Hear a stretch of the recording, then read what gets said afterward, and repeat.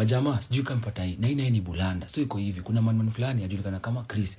Chris ni OCS wa njiste fulani iko pale wapi pale KICC. So man last week kulikuwa na protest. Wajaji wakienda pale kwa ofisi za our big yenye mafedi ukaa wakifanya nini wakiprotest DIG fanya nini a resign. So kwa wakati OCS alikuwa ameambiwaje apange watu wake nini kwa ground. So OCS akamema fedi msireact.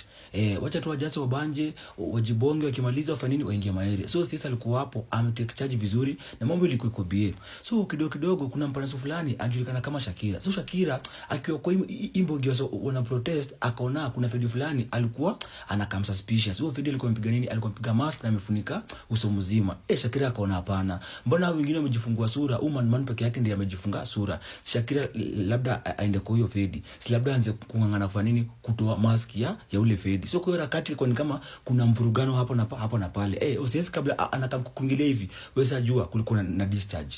Wewe jua. Bunde tu hapo ilitoa nini kigana hapo kilitoa tu nini? Kilitoa tu risasi ikapiga OCS. Sasa tunabanja man ako OC na yuko poa. Mimi nakwambia yuko poa ako mbaya mimi naambia wa Just. Mimi nakwambia hadi hakuna nyarigesi ya kufunika hiyo kidonda. Ni bulanda wa Just mimi naambia ni mbaya.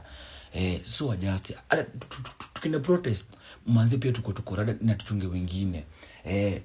Hata kama tupendi mafedi lakini pia ni poa tu tujue wako na pia mafamilia maeria tusichachishe pia sana juu ni bulana sasa angalia man kau man sasa tunabanja man ako si huko na ako mbaya wa Just wewe jua ni bulanda wa Just next time Just tuko tu dada kiasi juu ni bulanda